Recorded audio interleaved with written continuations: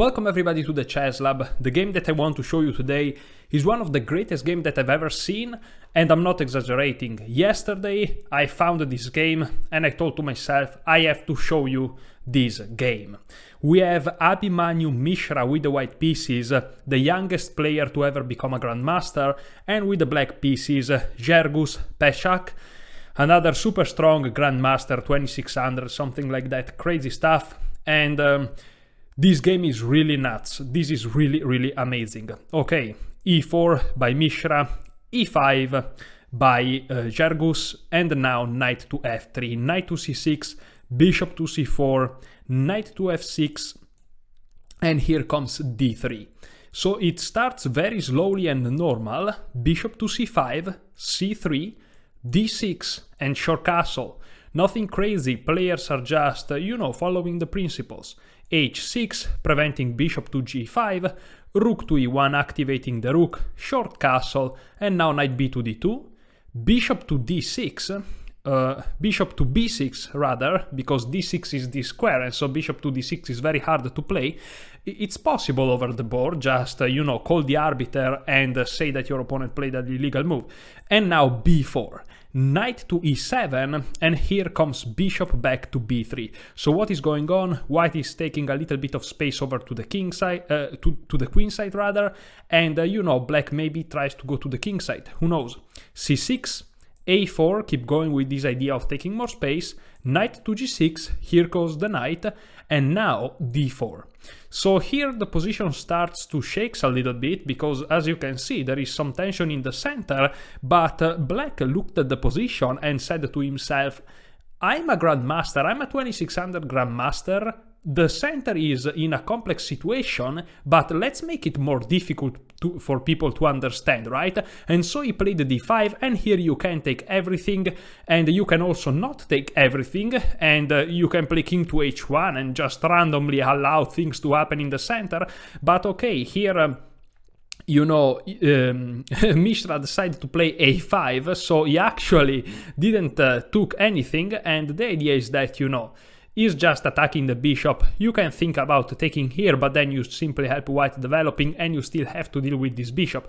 So bishop to c7, and now Mishra took in the center. E takes d5 was played.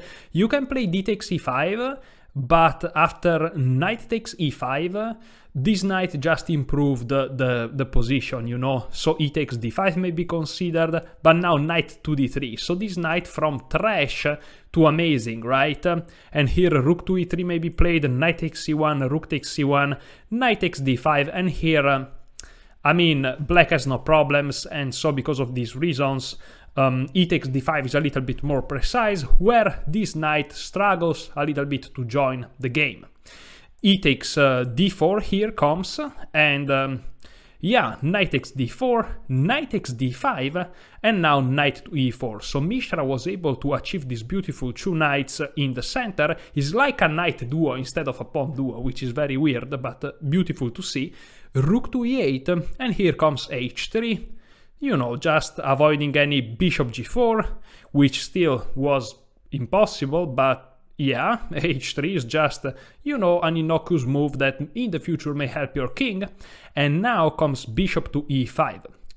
And here rook to a2 was played, a very interesting idea to redirect the rook into the center, very interesting for real. And now bishop takes d4, queen takes d4, and now comes f5. Now here it seems like black is completely winning. And the reason is this knight is under attack, right? But if you move it, you lose the rook with check, like you lose the game. But the idea is f3, and after f takes e4 and f takes e4, something beautiful happened. Not only you just lost a piece as white, but by recapturing, you are now attacking the knight, which is pinned to the king. And so you will win the piece back. That's white idea. And if you play bishop e6, trying to, interrupt this line, well, you're also interrupting the line of the rook against the rook. So you can play e takes d5, and rook takes e1, again, is not playable. And after bishop takes d5, rook takes e8 with check, queen takes e8, bishop takes d5 with check, pawn takes, queen takes with check, king to h7, and in this position white is simply better. But Mishra didn't go for it, because actually he wanted to achieve a better position, but he wanted to do it with style.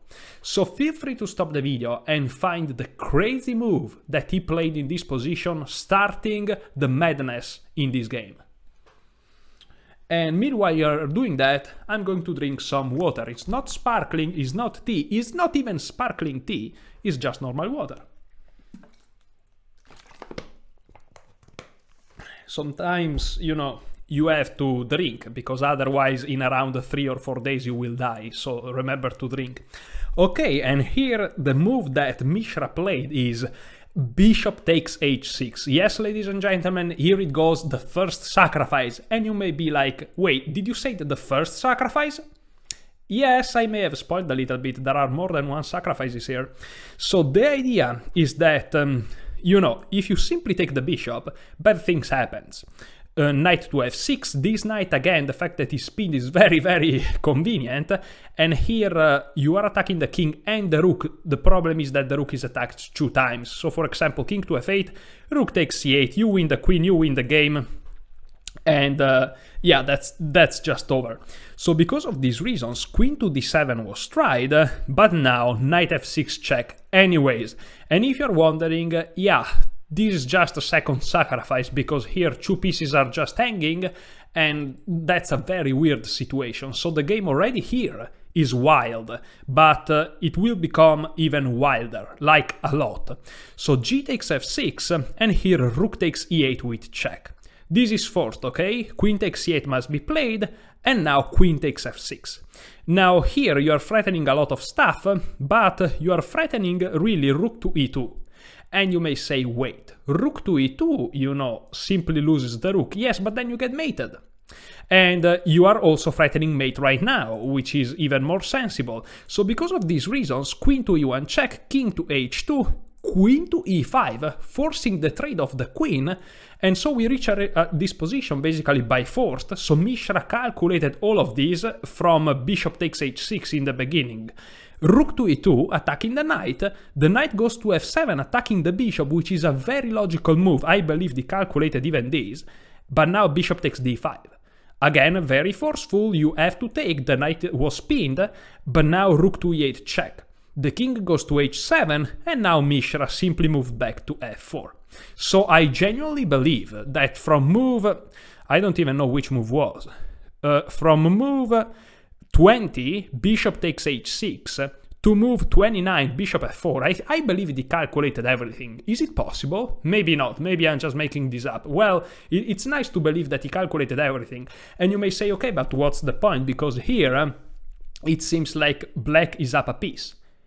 And the point is, not only Mishra calculated all of these, but he had the ability, which is much, much, much more important, to evaluate the final position that he saw in his mind. And this is the final position.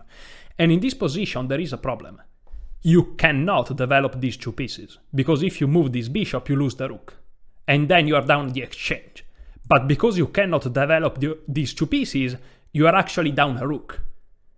This is crazy. I don't even know how I'm going to title this video, because there are a lot of good titles, but, you know, it's crazy. It's crazy. And here black tried to free himself with b5.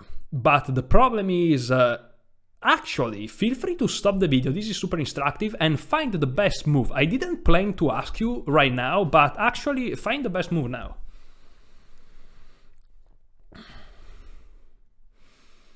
Okay, hopefully you stopped the video for a little bit and thought about it. Well, the move is a6, because a6 is the only move that still prevents this bishop from playing bishop b7, defending the rook while developing the bishop.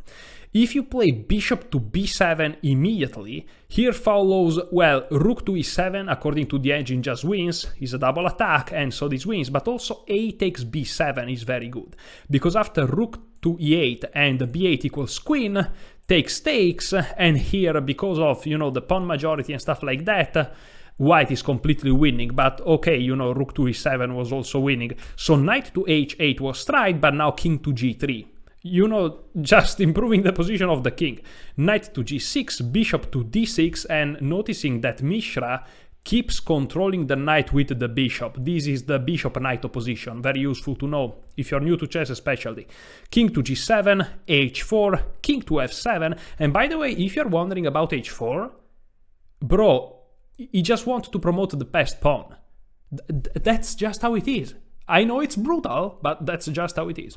King to f7 attacking the rook, rook goes to d8, f4 check. Here apparently, again, you can do nothing, that's why the pawn was sacrificed.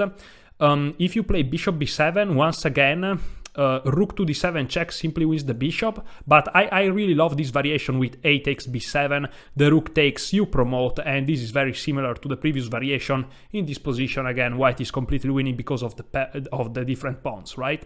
So instead f4, and now bishop takes f4. So here black sacrificed the pawn, trying to maybe activate the knight a little bit.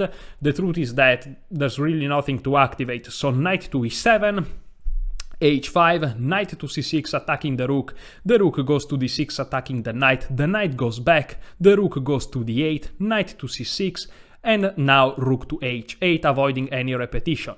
The king goes to g7, the rook goes to e8, the king goes to f7, the rook goes to h8, the king goes to g7, and of course Gergus, you know, is very happy with the draw, but Mishra is like, nah man, I just played a beautiful sacrifices, brilliant chess, probably the best game of my life, and you know, rook h6.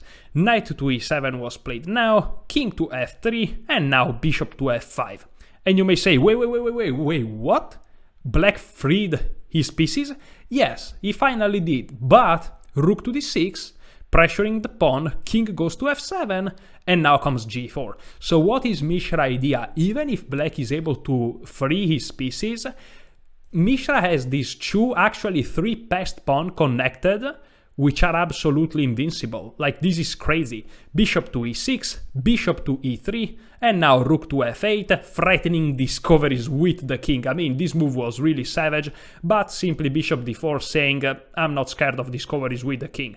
So okay, rook to g8, and now bishop takes a7. Another crazy moment. Apparently, this bishop takes a7 move is a blunder, because now the game is a draw, but you should have played h6, and, you know, just pushing the pawn. But okay, we don't care about the finesses of the engine, which are not human at all. So bishop takes a7 was played, and the idea is that after bishop takes g4, king moves, and bishop takes h5, Mishra is sacrificing the two pawns. That seems the bigger advantage, but the idea is that now all of black pieces are here, and there is this pawn here that is now passed, because a7 is not there anymore, and so he's simply gonna promote. Like, I'm analyzing this very relaxed and all of that, but this is like genius stuff. This is crazy. This is such a good game. So, okay, f3, saying, you know, now you can even target this pawn, but I'm still gonna win with this. And guess what? Black do this.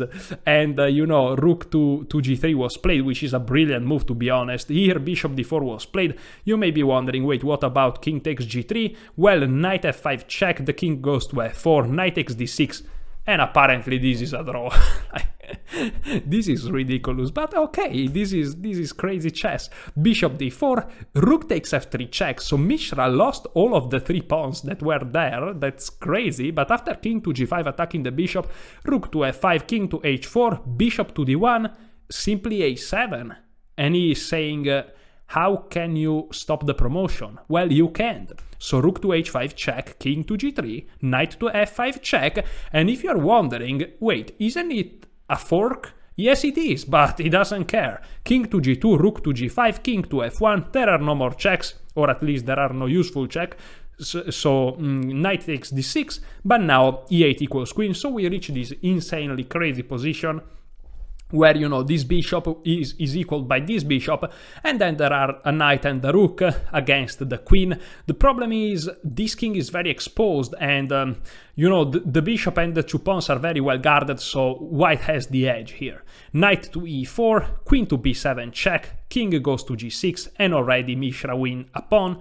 Bishop to b3, queen to e8 check, king goes to f5, queen to f7 check, the king goes to g4, and you have to be careful. This is a very instructive moment for you guys. For example, after king to g4, you may think that king to g4 is played only to save the king from the check, but you also have to realize that now black, by playing king g4, not only he is defending, but also he has a threat.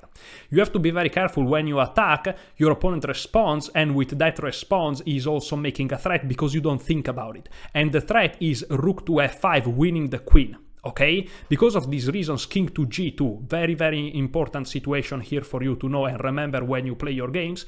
Rook to f5 was played anyways because, I mean, it's just attacking the queen. Hopefully Mishra doesn't see it, but I mean, he saw it, of course. So queen to e6, and now bishop to d1. And here comes b5, and here comes knight to g5 attacking the queen. And in this position, guys, queen takes f5 check. The disrespect. Now, it's not really disrespect. Actually, in chess, playing the best move is actually showing respect to your opponent. b6, the idea is that he sacrificed the queen, yes, but the pawn is just unstoppable. Bishop f3 check, king goes to g1, the knight goes to e6, b7, and here knight takes d4.